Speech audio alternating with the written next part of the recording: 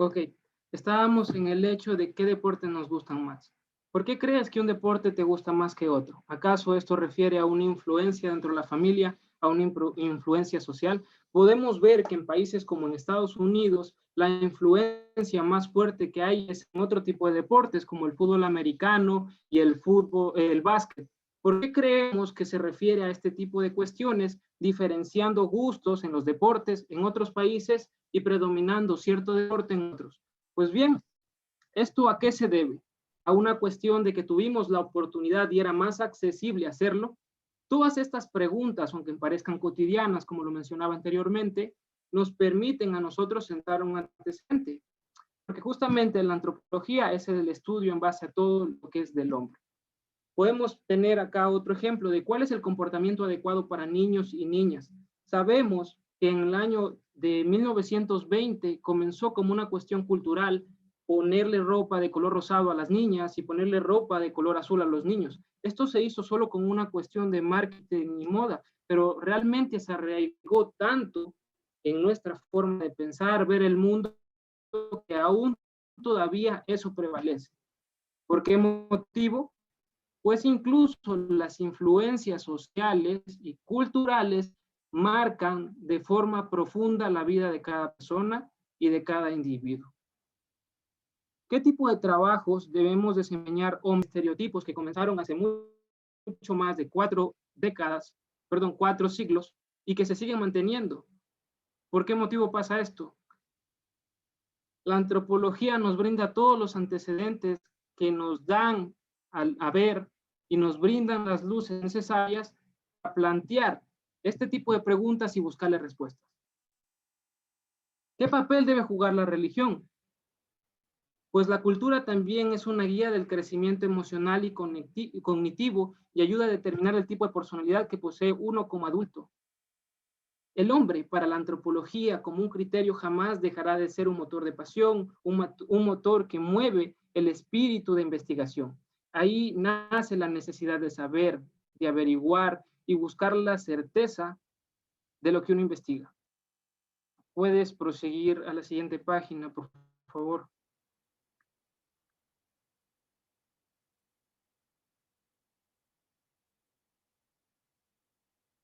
Ok, en esa búsqueda y en esa ansia del desarrollo y la investigación de la raza humana se presentan diferentes abanicos de ideas, culturas, formas de pensar, y justamente usted mencionó, docente, hace unos días algo muy importante, y es que el sexo es cultural.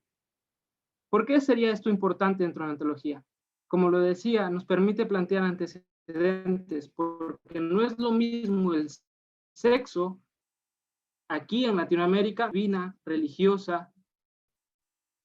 Sí, incluso se plantea que una mujer que se baña más seguido es porque tiene mucho más sexo y es una forma de agradar a Dios.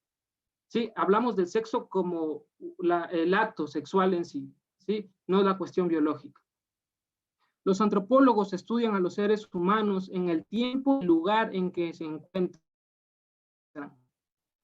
Y los humanos figuran entre los animales más adaptables del mundo. Se ha podido trazar este tipo de conjeturas acorde a la investigación en cualquier parte del mundo, desde arriba en el Himalaya, o incluso podemos encontrarlos en el Congo, donde el calor es infernal.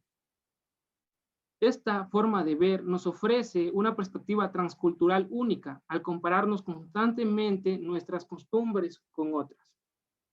El elemento más importante de la cultura en su transición a través del aprendizaje es justamente eso, el aprendizaje que se adquiere a través de los años. Las culturas guían el crecimiento emocional, cognitivo, implantan el tipo de personalidad que tiene cada persona al llegar a su etapa adulta. Puedes continuar con la siguiente diapositiva.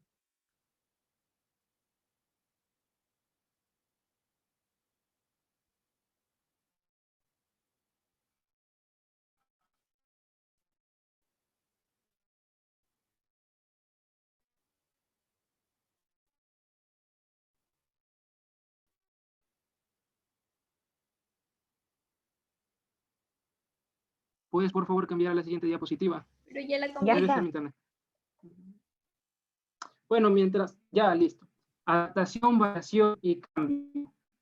Se refiere a los procesos Bruce, mediante los cuales... sí, Bruce, le quería hacer una pequeña digresión, ya el curso en general, ¿no? Está bastante bien la exposición, esa es la manera. Eh, es el tema del sexo, ¿no? Hablando un poco de la sexualidad, que es tan compleja, obviamente, ¿no? Por ejemplo, encontramos culturas tan complejas respecto a cómo ven el sexo, como la cultura de Toro, que es una cultura en Nueva Guinea, Oceanía, donde hay un ritual de iniciación que es a través de la felación de los adolescentes a los adultos de la tribu, ¿no? Son de una u otra forma sometidos a un ritual iniciático que podría parecernos una de las cosas más terribles, ¿no?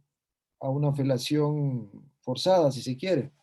Sin embargo, para ellos es parte de su cultura y lo consideran una forma de vitaminizar a los futuros adolescentes.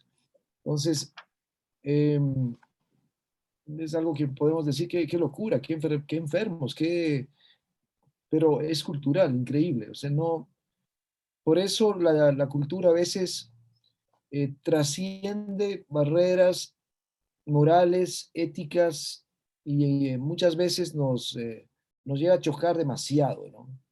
Sin embargo, es así de compleja la naturaleza humana. Lo que decía el compañero Bruce, la sexualidad es totalmente diferente en un lado, en otro, y por eso mismo antropología es una ciencia fundamental para entendernos, porque incluso entre ciudades de la misma provincia existen diferencias comportamentales, patrones diferentes para seducir, para comunicarse, para incluso para eh, entender lo político, ¿no? Continúe, Bruce. Claro, y justamente prosiguiendo con lo que usted manifiesta, podemos ver algo en algo muy sencillo, un plato típico en todo el Ecuador, el encebollado. En ciertos lugares lo comen de cierta manera y en otros con otros implementos. ¿Por qué? Porque justamente pongo este tema porque la antropología compara las culturas, las sociedades antiguas, modernas, primordiales, incluso hace una especulación a futuro acorde a lo que vamos manejando en nuestra actualidad. Por ejemplo, aquí tengo un ejemplo justamente con el celular. Sí, cómo llegó a ese punto. Y comenzó desde, no me acuerdo el nombre, megáfono creo que es, pero comenzó desde esa tecnología que ahora está realmente ya no nos sirve a hacer una digital completamente, donde podemos utilizarlo para muchas más funciones.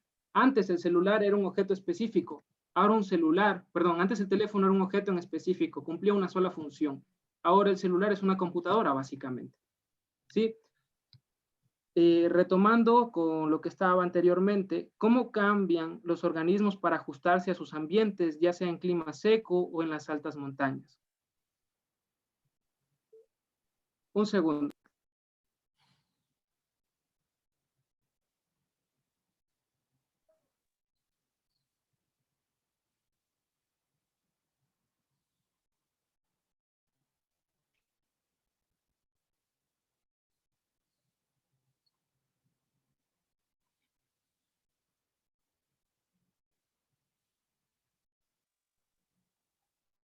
Bueno, disculpen, ¿cómo proseguía?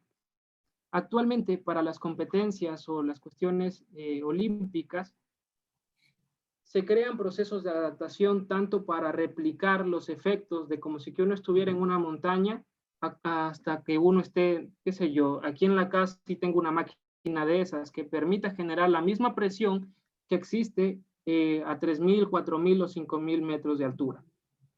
¿Por qué es importante? Porque esto logra plantear y hacer comparativas sociales que nos permiten a nosotros evolucionar y avanzar. Y algo muy interesante es que el ser humano no posee un cambio como organismo como tal solamente, sino que también puede adaptarse y tener cambios sociales, culturales. Ustedes viajan de aquí a Rusia y su manera de ver el mundo cambia, su forma de adaptarse al medio cambia, su forma de interactuar con las personas cambia. Ustedes van a Rusia y sonríen a alguien en la calle y se puede interpretar como una cuestión hipócrita. Cuando aquí, por el hecho de ser latinos, por nuestra cultura, nuestra forma de pensar, ver el mundo, la influencia social, hace que si alguien nos sonríe, respondamos con una sonrisa, en la mayoría de los casos porque existen excepciones. Esto era lo que yo quería plantear de la antropología para que nos demos una idea realmente cuántas fronteras traspasan. Porque los humanos no somos un mecanismo ambiental de adaptación, como le decía, sino que también traspasamos ese tipo de fronteras. Traspasamos nuestra forma no solo en un ambiente biológico, sino también una cuestión mental, una cuestión, en antes hablábamos de eso, mental, biológica y sistémica. Eso era lo que yo quería aportar. A continuación, mi compañero indicará respecto a lo que es la antropología y los diferentes tipos.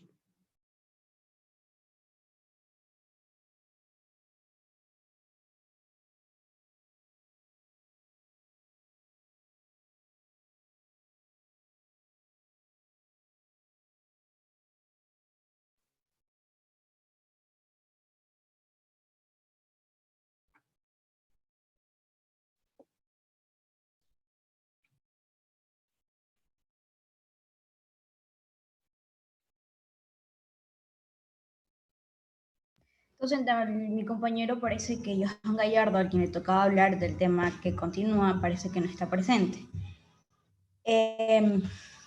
Entonces, que siga continuando la persona que sigue.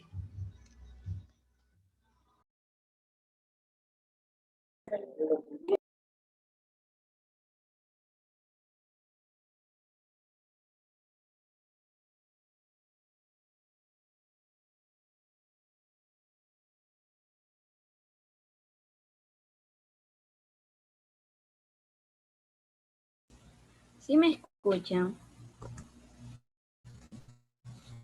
Sí, sí se te escucha. Ah, ya. Bueno, subdisciplinas de la antropología. La antropología cultural. Bueno, como concepto general es el estudio de la sociedad humana y la cultura. Bueno, es decir, como su nombre mismo lo indica, antropología cultural es el campo básicamente que se centra en el estudio al ser humano por medio de su cultura. Evidentemente, sabemos que la cultura es entendida como un conjunto de costumbres, mitos, creencias y valores que guían y regulan cada comportamiento de un determinado grupo social, ¿verdad? Entonces, por esta razón, debemos comprender, debemos comprender otras culturas y qué características las definen, porque a pesar de todo, sabemos perfectamente que cada individuo tiene su forma de comportarse y de pensar. Entonces, para estudiar e interpretar la diversidad cultural, los antropólogos culturales realizan dos tipos de actividad, que la primera es la etnografía, que esta proporciona una explicación de una comunidad, sociedad o cultura particular. Por otro lado, también tenemos la etnología, que examina, interpreta, analiza y compara los resultados de la etnografía, que son los datos recopilados en diferentes sociedades. En el primer campo, que es la etnografía, en esta específicamente se realiza con observación directa a un grupo determinado. Por decir así, en esta se dan cuenta de las tradiciones, costumbres y comportamientos en un determinado momento histórico. Por otro lado, los etnólogos tratan de identificar y explicar las diferentes y similitudes culturales para así tener una mejor comprensión de cómo funcionan los sistemas sociales y culturales. Siguiente.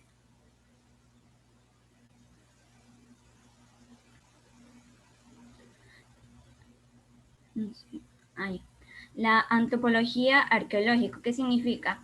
Como la arqueología es el estudio de la materialidad, de los restos generados por los seres humanos en los procesos de producción de la vida material y social, particularmente a partir de sus interacciones entre específicas, interespecíficas y extraespecíficas, citado por Araceli 2017. Bueno, en esta básicamente el arqueólogo trata de describir o interpretar el comportamiento humano en base a través de los restos que se han generado a través de historias. Entonces ellos se encargan de encontrar artefactos o cosas que usaron anteriormente como herramientas, armas, sitios de acampar, edificio, basura, para así realizar ciertas investigaciones. Por lo cual, también en el libro también se abarcaba que los arqueólogos pasan mucho tiempo estudiando fragmentos de vasijas, de cerámicas o alfarería. Entonces, también podemos entender que muchos arqueólogos examinan la paleoecología, que la ecología sabemos que es el estudio de las interrelaciones entre los seres vivos y su entorno. También está que reconstruyen los patrones de comportamiento y estilo de vida del pasado mediante excavaciones. También estudian las culturas de la población histórica, incluso poblaciones vivas. Por decir así, los arqueólogos son mejor conocidos por estudiar la prehistoria. Perdón, compañera Sofía, ¿no? Angie, Angie Lucas, ¿no? sí. No sé si puedes prender la cámara, no te veo bien como Sí, expones. profesor, es que tengo problemas y antes de cargarlo y no sé qué pasó, se dañó la cámara. Entonces, dejé antes de que arregla, pero no lo puedo Ok, arreglar. ok. Y por eso Sí, sale sí, negro. esto va para...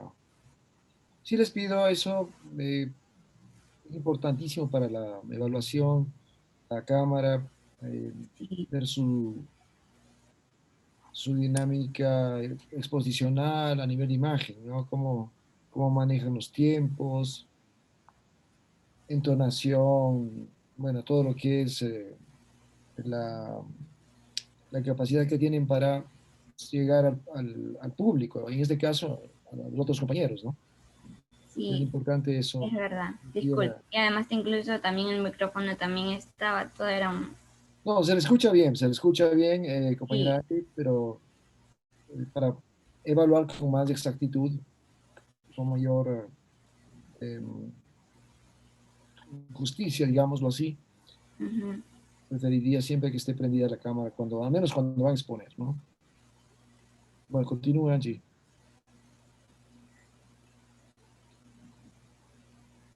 Ya siguen.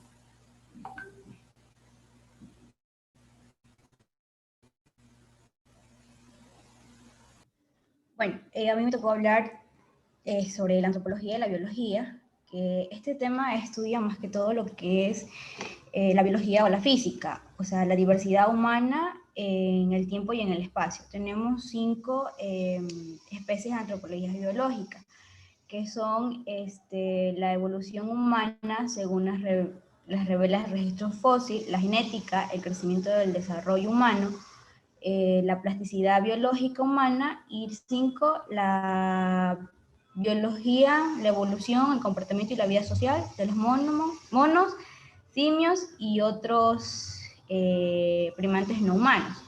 O sea, dicho esto, tiene un interés que vincula a la antropología física con otros campos, como vienen siendo la biología, la sociología, la geología, la anatomía también está incluida aquí,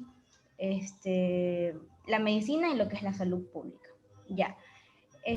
La histología viene siendo también el estudio de lo que son los huesos. Ya. Y también tengo anotado aquí los, los, palean, los paleantropólogos, que son los que examinan los cráneos, o sea, lo que son los huesos y los dientes, para así investigar los ancestros de los humanos.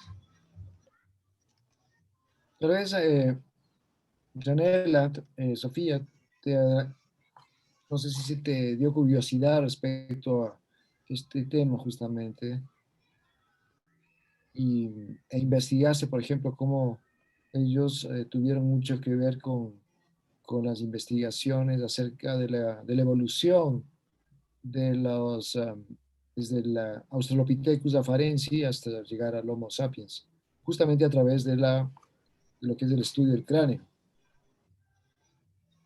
Sí, eso también investigué mucho, de que ellos tratan viendo la evolución del, como que era del ser humano, o sea, desde sus principios hasta ahora. Es Por como, ejemplo, el Australopithecus afarensis tenía una masa cerebral equivalente a un tercio de la masa cerebral que tenemos ahora.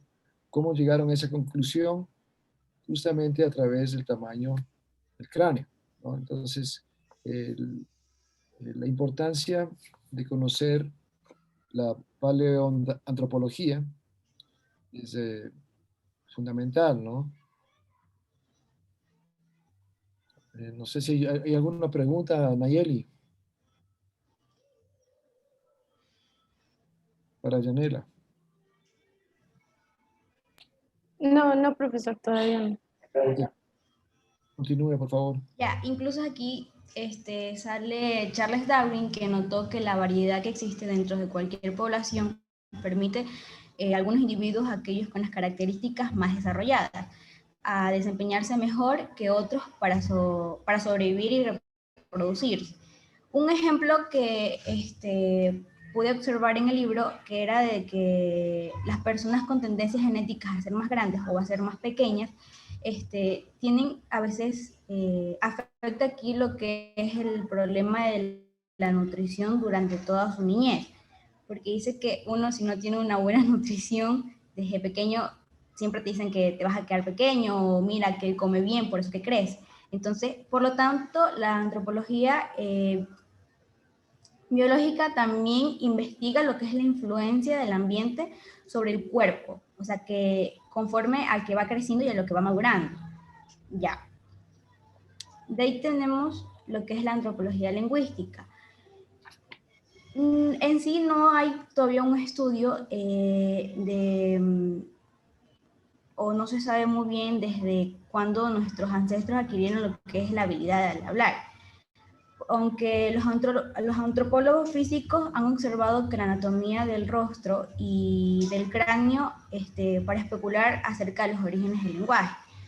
Ya, también lo que sí sabemos es que el lenguaje gramatical complejo está bien desarrollado en estos últimos décadas y que también la antropología lingüística ilustra el interés por la comparación, la variación y el cambio. Es por eso que nos dice que la antropología lingüística estudia el lenguaje de su contexto social y cultural a través del espacio y del tiempo. Y algunos antropólogos lingüísticos hacen inferencia acerca de las caracterizaciones universales del lenguaje y las vincula con ciertas áreas del cerebro humano. Ya, aquí también tenemos otros antropología y otros campos académicos. Como ya se mencionó, algunas principales diferencias entre la antropología y los otros campos que se estudian a las personas es holismo, o sea, la exclusividad e interrelación que realiza la antropología de las perspectivas biológica, social, cultural, lingüística, histórica y contemporánea, que son las que les voy a presentar a mis otros compañeros a continuación. Ok, vamos con el holismo, chicos.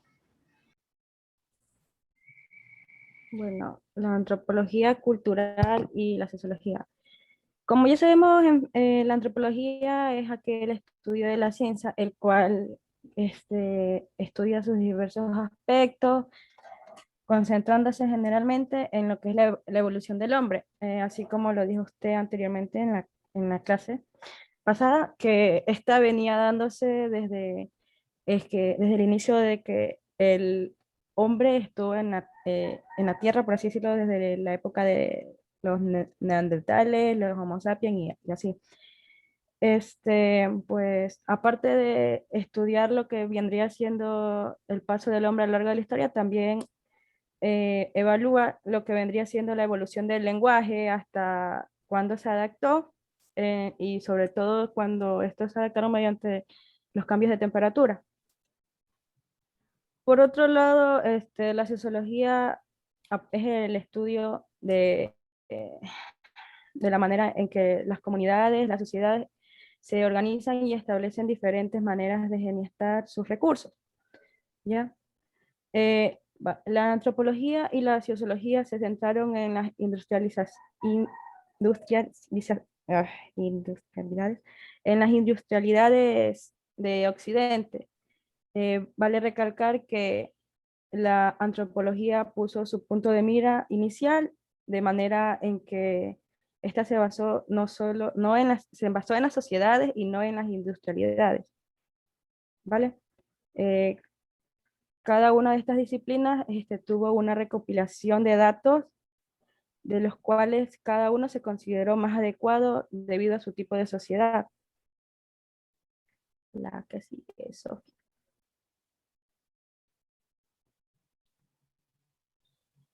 Ya. Por ende, aquí ya vendría hablando sobre la antropología y la psicología. En sí, estas se consideran como que parientes, por así decirlo, debido a que las dos tienen que estudiar, tienen que ver con el estudio de lo que ha venido siendo el ser humano y lo que ha apoyado en sus trabajos. A ver, Nicole, voy a hacerte una pregunta que es Dígame. importante. A ver, puede ser incluso pregunta de examen. Una pregunta que va para todo tu grupo. A ver, hay una diferencia entre sociología y antropología en cuanto a los métodos de investigación. Es una diferencia importante. Una diferencia importante entre Hay los dos. una característica en los métodos de investigación de la sociología que son básicamente cuantificables, trabaja con formas cuantificables de investigación en la recopilación de datos, en la sociología. Y en la antropología es más cualificable. Explícame un poco esa diferencia. A ver, O si alguno del grupo sabe, por favor, o me puede explicar esa diferencia.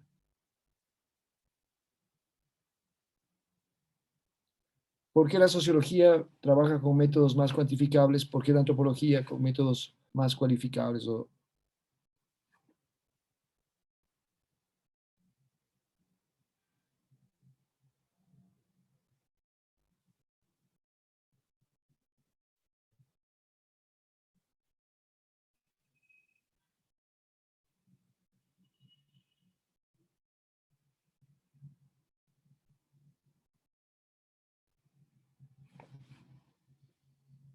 No sé si tiene algún chico del curso la respuesta o se acerca. Evelyn Párraga, por favor. Ya, a ver, no estoy muy segura de lo que voy a decir, pero sí estoy consciente de que algo de realidad tiene. A ver, si hablamos de la sociología, es como, y usted dijo que se aplicaban métodos más eh, cuantitativos, ¿verdad? Sí, correcto. Ya, Cuantificado. sí, cuantificables. Es porque vamos a abarcar prácticamente a toda una población, hablando de manera generalizada. Entonces, la antropología, hablando un poquito del tema que a mí me toca exponer, decía que, por ejemplo, los antropólogos desde sus inicios tienen como que ir justamente a ciertos grupos, porque tienen que apuntar, tienen que observar de manera tan, eh, bueno, digamos que de manera cercana, y para ello usan métodos cuantitativos, perdón, cualitativos. Eh, realizan entrevistas, entonces hay una cercanía mucho más grande. Opino eso. Muy bien, Evelyn.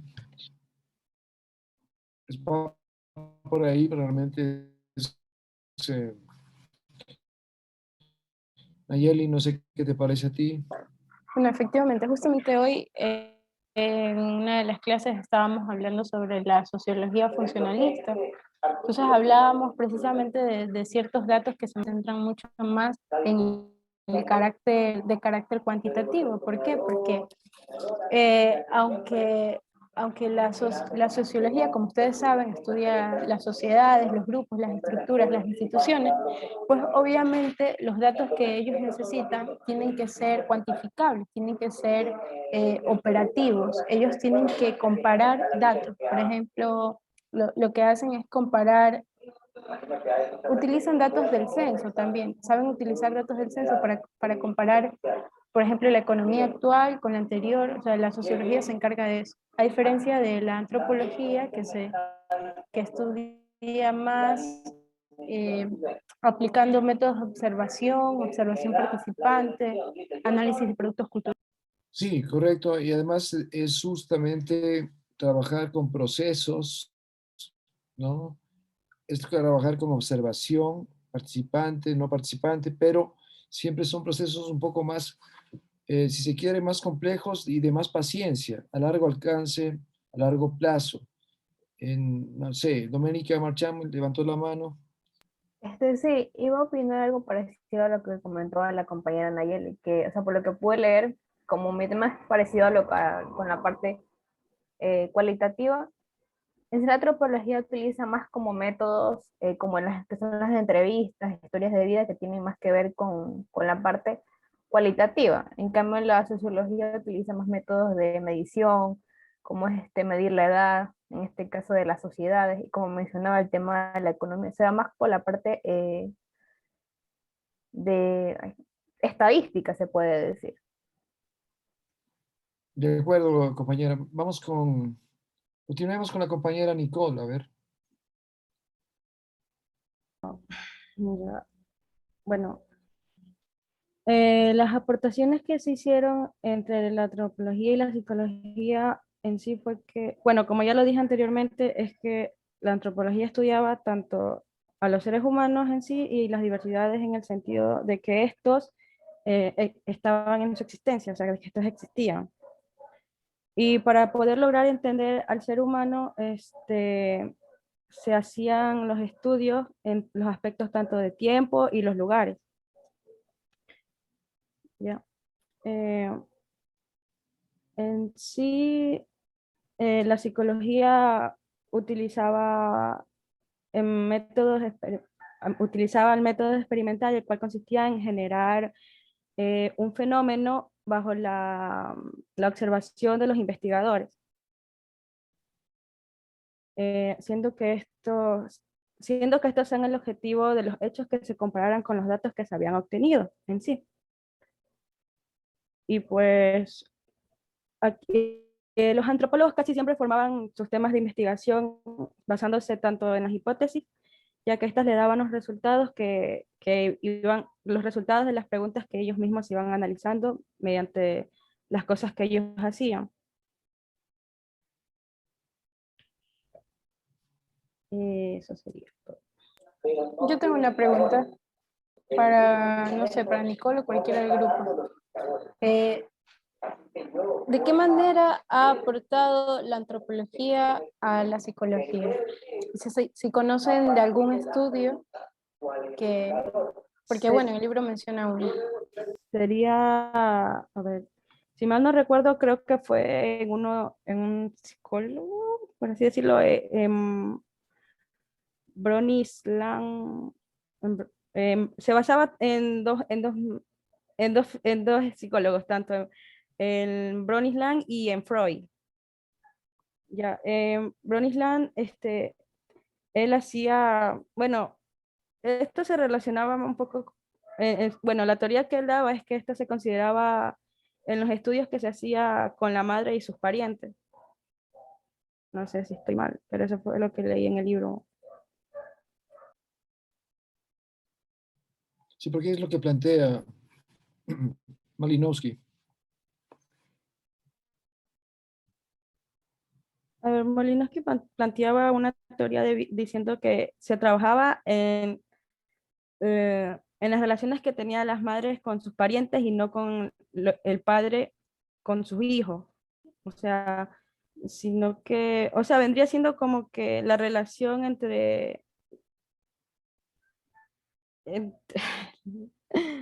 Ay,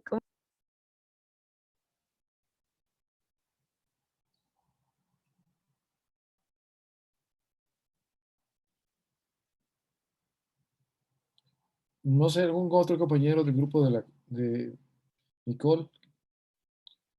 Traten de trabajar en equipo, chicos, porque eso es importante. Además, em, yo sé que puede parecer un poquito injusto, pero si es que hay una compañera que tienen un aporte muy bajo. Y hay una diferencia con el compañero o compañera que tenga la nota más alta del grupo. Lamentablemente, como es también grupal este trabajo, voy a tener que bajarles medio punto, por ejemplo, que tienen el mejor puntaje, porque igual deben acompañarse entre todos mientras leen, por ejemplo, el capítulo. Todo el grupo debe dominar el capítulo. Bruce Torres, Angie Lucas, Yanela Castillo. Profe, yo pienso aportar algo a lo que A ver. termine. Sí, adelante. No, pero continúe este momento. Ya, ok. Ambas disciplinas, tanto la psicología como la tratada actualmente, buscan el estudio del hombre y en sus diferentes manifestaciones, ¿sí? Esto es lo que tienen en relación a la conducta que tienen, porque lógicamente la antropología busca lo que explicaba antes, sus bases, hombre y estudio, ¿sí? Y la psicología también busca esa parte, porque también estudiamos las conductas, los procesos cognitivos, su forma de interactuar en la sociedad, y es por eso muy importante. Luis, pero vamos directo al grano. Ya, listo. Malinowski y Freud. Aquí la cuestión es Malinowski y Freud. A esos no los manejé, profesor. Ya, básicamente esa es la respuesta a la pregunta de la compañera Nayeli, ¿no?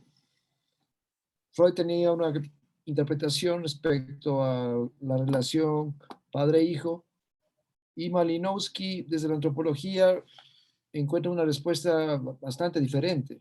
Entonces, esa era la pregunta y yo quería escuchar un poco más de profundización en esto.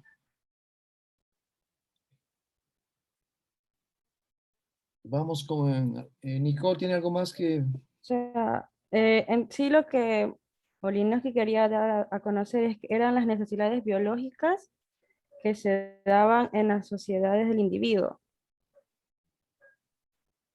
Ya. Eh, era, creo, era lo mismo, era más o menos como lo trataba de abarcar en su teoría, pero si nos íbamos un poco al acuerdo que él tuvo con Freud, es que era que los niños alrededor de los 5 años de edad se sienten sexualmente atraídos por su madre, ¿Ya? ¿ya? A diferencia de como lo que dijo usted, es que, ay, el nombre se llama, ya, Malinowski. ya, eh, Bernos, ay, Malofsky, Malinowski. solamente se basaba en sí en, ay, Dios, ay, se basaba en esa teoría, en lo que venía siendo eh, las necesidades tanto biológicas como psicológicas eh, que se centraban en la cultura, ¿ya?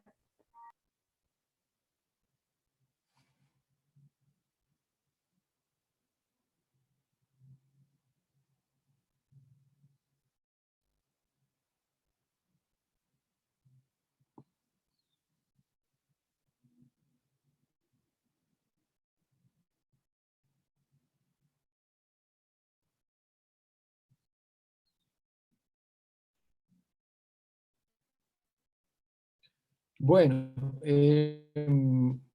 Mayeli, no sé qué te parece ¿cuál es la respuesta que le das tú al curso, por favor? Ya bien, la propuesta de Malinowski en sí, esperen.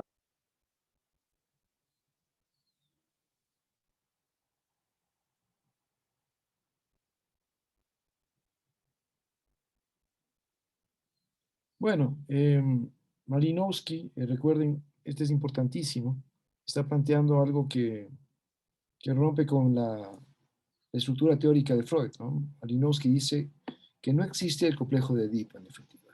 ¿Por qué razón? Porque el niño no crece con el padre, crece con el tío materno. La relación que podría parecer compleja, conflictiva, entre padre y madre e hijo, o entre padre e hijo concretamente, no se da porque el niño crece con su tío. Y la relación de autoridad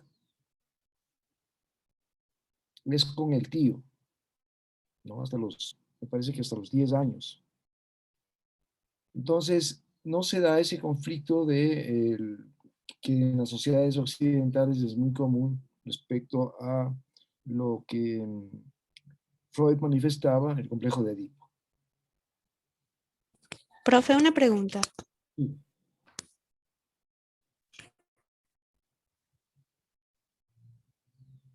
No,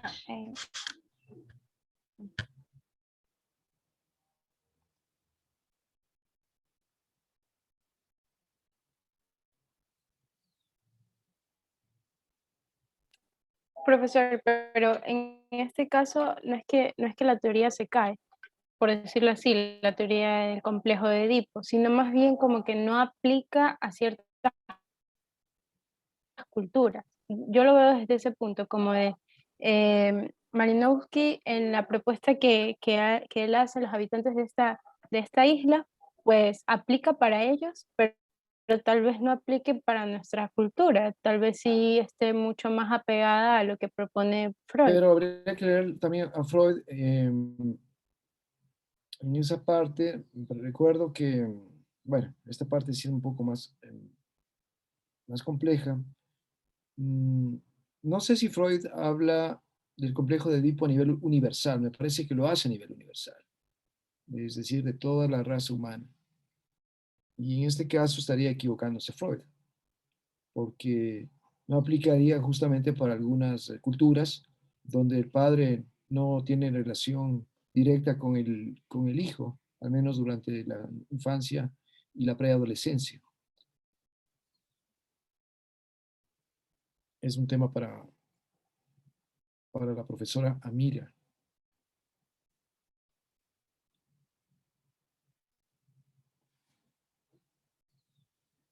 Bien, en todo caso, lo que sí es real es que en estas tribus, en Papúa Nueva Guinea, sí se da esta situación de ruptura o modificación del complejo de Edipo. Es decir, no hay tal complejo de Edipo, no existe tal conflicto entre el padre y el hijo, porque obviamente el hijo ha crecido con el tío materno.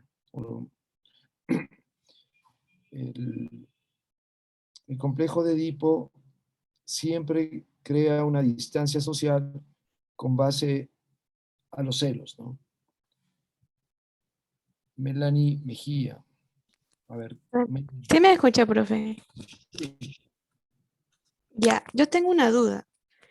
Esto también aplica en el complejo de Electra. Yo pienso que sí, pero no entiendo exactamente lo que Malinowski, no sé si eh, sostiene lo mismo, es decir, que la hija crece con el tío, en este caso sería el tío paterno, José Nayeli. Que si se aplica, que si se aplica lo Que, mismo para la hija. Eso es lo que pregunta Melanie. el complejo de Electra Sí. se aplicaría también para los holandeses. No, en este caso el autor habla netamente de los hijos varones porque ellos son los que crecen con el tío, más no profundiza como en los hijos mujeres. Solo habla de eso. Y entiendo que es para es una especie como de, digámoslo así, pedagogía de esta tribu, de estas tribus, porque lo que hacen es entregarle en un ritual al padre a los 10 años, y el padre lo que hace es enseñarle a cazar, enseñarle, digamos, lo que será el mundo con el que va a sobrevivir el hijo, en definitiva. A los 10 años ya le enseña a cazar, le enseña un poco bueno, los secretos de la recolección, de la agricultura, le enseña a sobrevivir, ¿no?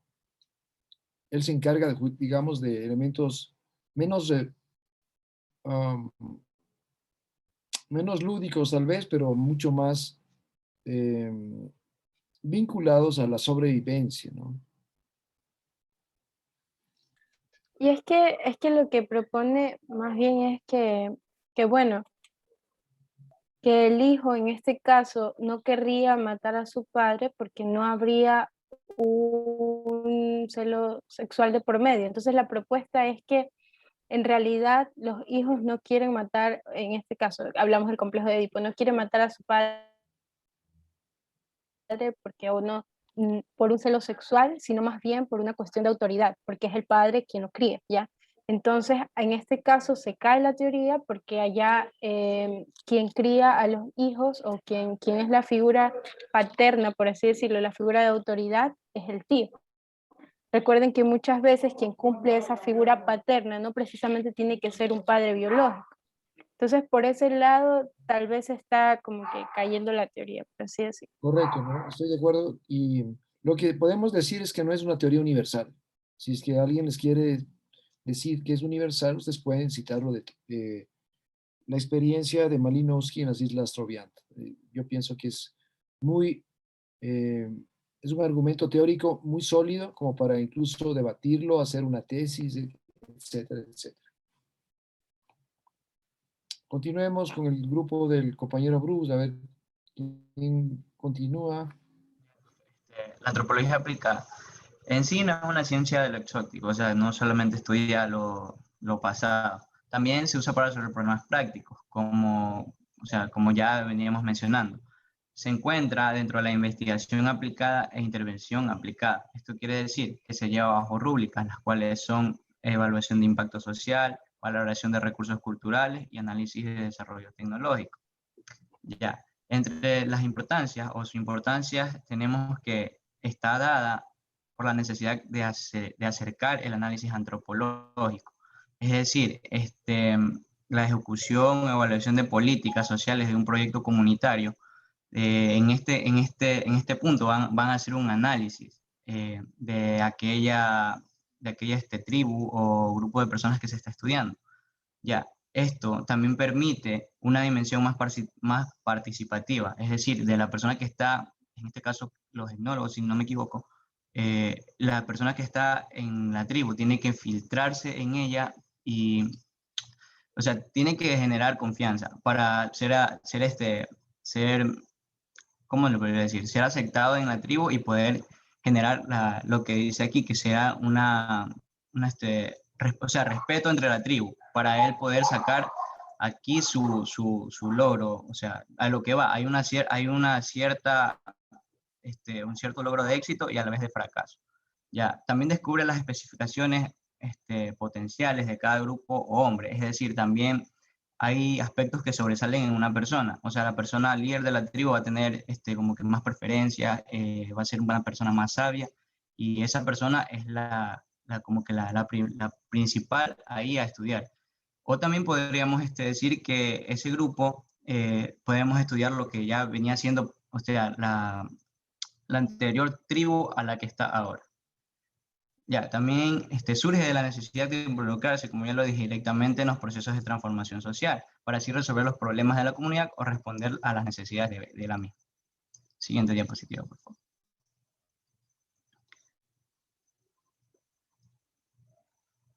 Ya, el método científico. En esto vamos a derivarlo en estudio de campo y estudio comparativo. Y nos englobamos en el método de campo.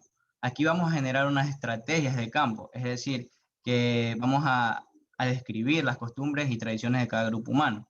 Esto lo hacemos con estrategias de recolección de datos.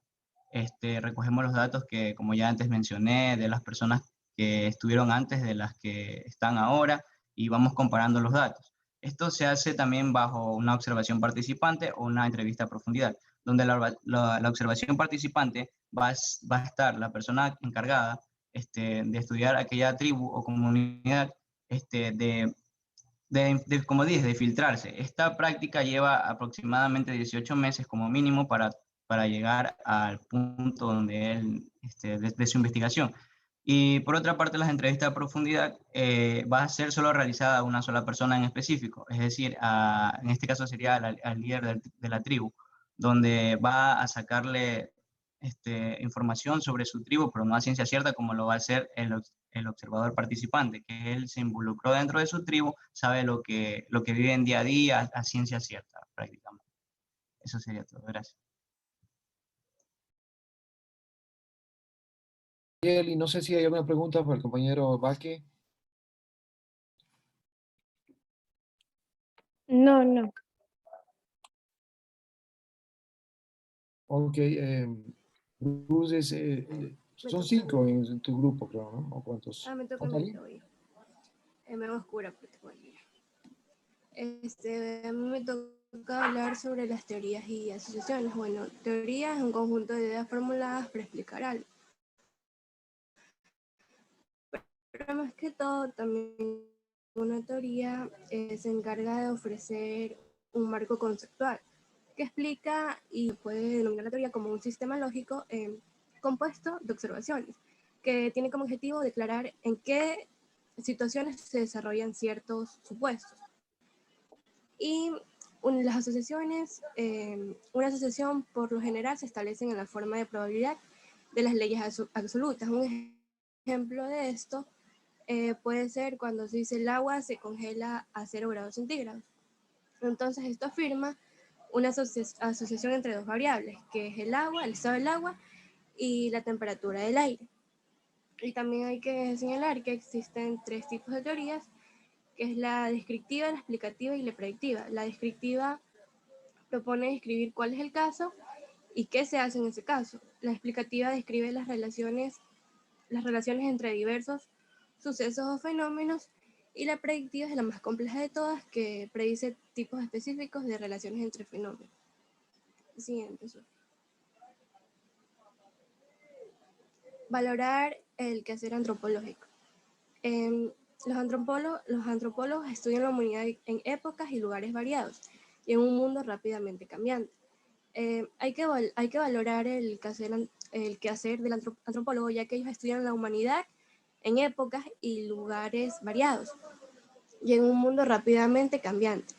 Un gran ejemplo de este puede ser, que en el libro lo mencionaban, que era Barack Obama, ya que él proporciona un gran símbolo de diversidad, ya que Obama es el hijo de un padre keniano y una madre estadounidense, blanca de canas.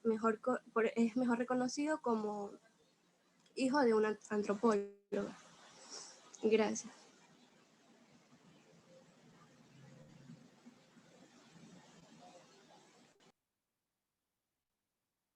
A ver, Lisbeth, quisiera un ejemplo, por favor, entre variable dependiente, variable independiente.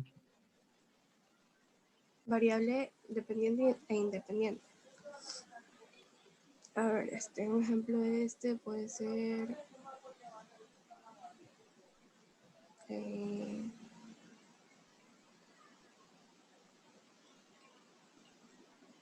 no sé, la verdad.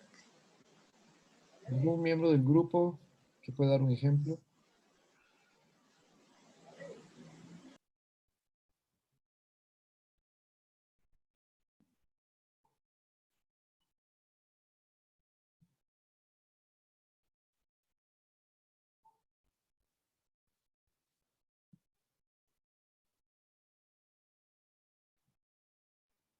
Profesor, podemos citar el ejemplo, por ejemplo, con la variable con lo que pasaba la recopilación de datos de cómo afectaba a las personas de Brasil. ¿Ya? Y que estas van relacionadas con lo que es el método científico.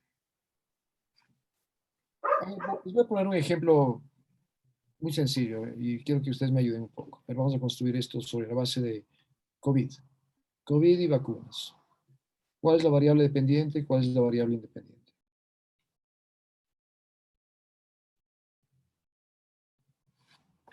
Diría que la independiente sería el COVID y la dependiente las vacunas. ¿Por qué? Porque el COVID pues es el causante de que se creen unas vacunas para para poder contrarrestarlo. Ya. Nayeli, ¿se le ocurre algo?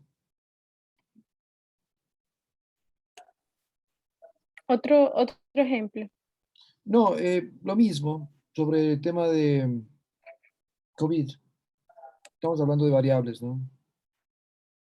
Ya, entonces, la variable independiente sería COVID y una variable dependiente puede ser que afecta a las personas de clase económica baja. Es una variable dependiente. Eso se Correcto. puede modificar entonces. No sé si se entiende esto de las variables dependiente, independiente.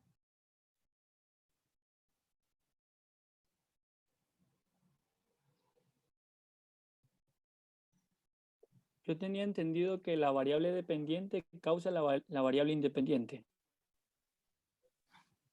Un ejemplo tenía de un buen profesor causa que los alumnos aprendan. Ya la variable independiente tenía como el profesor que es buen maestro y la variable dependiente tenía a los estudiantes. Correcto. Sí, también. Pero en el tema COVID es un poco más complejo. Sin embargo, está vinculado también, por ejemplo, lo que planteó la compañera Nayeli. Pero está- está diciendo lo mismo, porque prácticamente dijo que la variable dependiente en este caso viene a ser el estudiante, ¿verdad? Claro, perfecto, sí. y La la- independiente sería el buen profesor. Claro, porque o sea, la variable dependiente va a verse afectado por la variable independiente. Es lo mismo que planteé con el ejemplo de Claro, COVID. el El COVID de COVID aquí, es el COVID independiente es la variable y independiente. las personas Ajá. afectadas son Y sí, las exacto. dependientes. o el sistema, cómo se maneja. Por ejemplo, digamos, un sistema de salud pública de buena calidad generaría una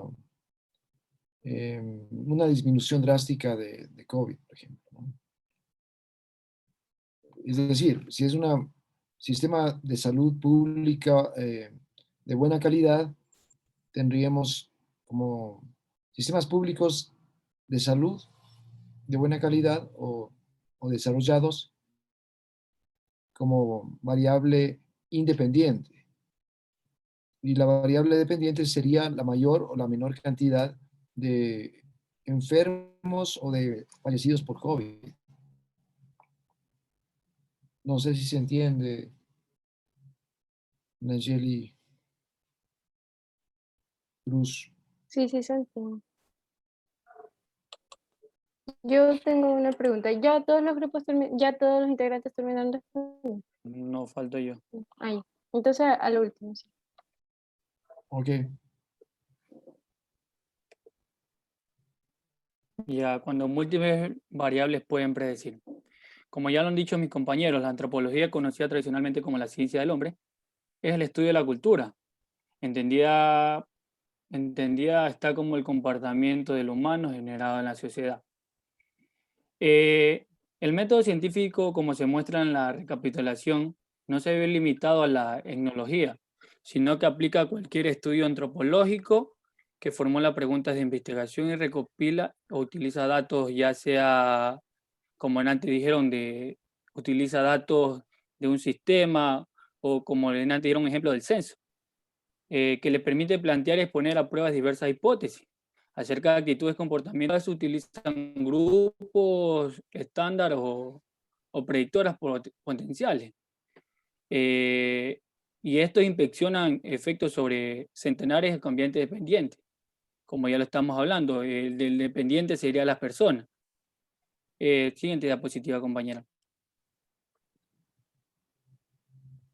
Los propios predictores potenciales incluyeron género, incluyeron edad, color de piel, condición social, enseñanza, ingreso, involucramiento religioso, entre otros.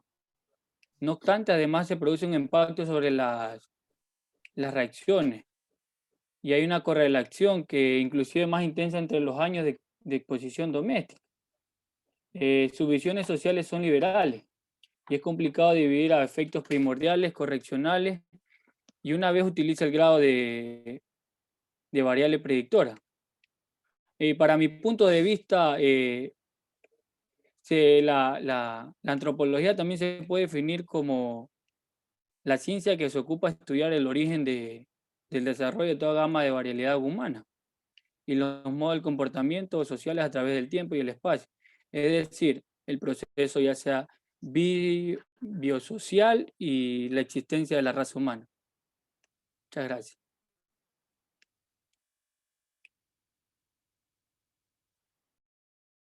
Ok, compañero Manuel. ¿Alguna pregunta, Nayeli? Sí, a ver, yo he escuchado 3 términos que los manejaron bastante en esta exposición: teoría, hipótesis y ley. ¿Cuáles son las diferencias? ¿En qué se diferencian esas 3? Teoría, hipótesis y ley.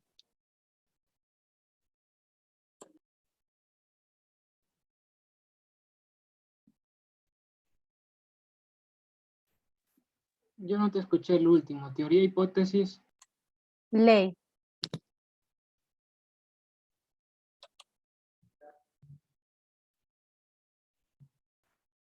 Teoría, hipótesis y ley.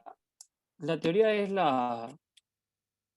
el conjunto de ideas que explican un fenómeno y hasta un tema.